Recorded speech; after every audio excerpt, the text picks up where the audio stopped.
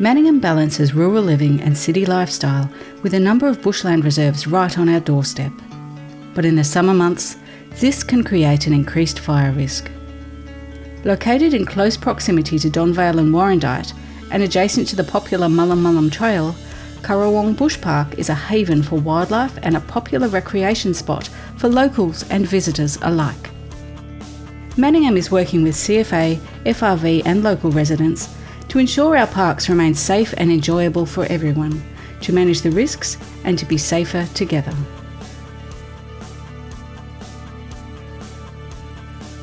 Hi, I'm Cathy Willis from Manningham's Environment team, and today I'm on the Mullumm Creek Flats at Currawong Bush Park, and I'm standing under some magnificent towering Manningham trees that are old enough to contain hollows, which are really vital for things like our little sugar gliders and cockatoos and parrots and kookaburras that are all hollow dependent and need somewhere to live.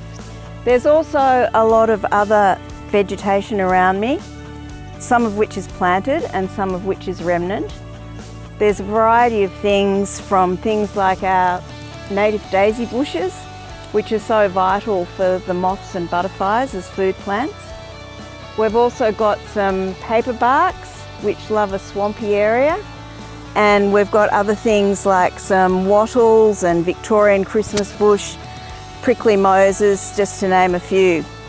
This is all wonderful habitat. There's everything from little lizards on the ground and ants, all the way up to the powerful owls, which live a few gullies away, to be able to come and hunt for possums in these trees. So it's a wonderful piece of biodiversity on the Mullumm Creek.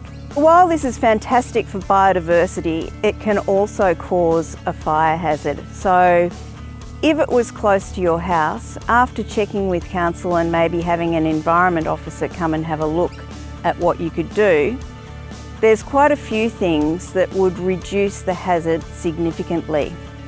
The very first thing would be to get rid of some of this weedy grass, which gets very dense and dries off in summer. You can see underneath it there's some short green grass, weeping grass, which is native and stays green most of the year. So the first thing to do would be to brush cut all these weedy grasses down low. The next thing I would do would be to pick up all the fine fuels, that is things like the bark that's fallen from the trees and these twigs, and get rid of them either in your council bin or take them to a tip, or if you're allowed to burn with a permit, you could burn them. The next thing would be to look at the shrubs, and particularly some of the really prickly, fine-leaved ones.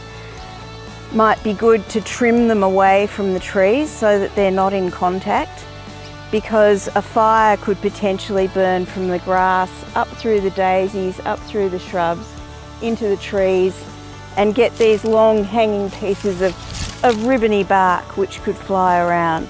Be sensitive about it and remember the animals that have to live there as well.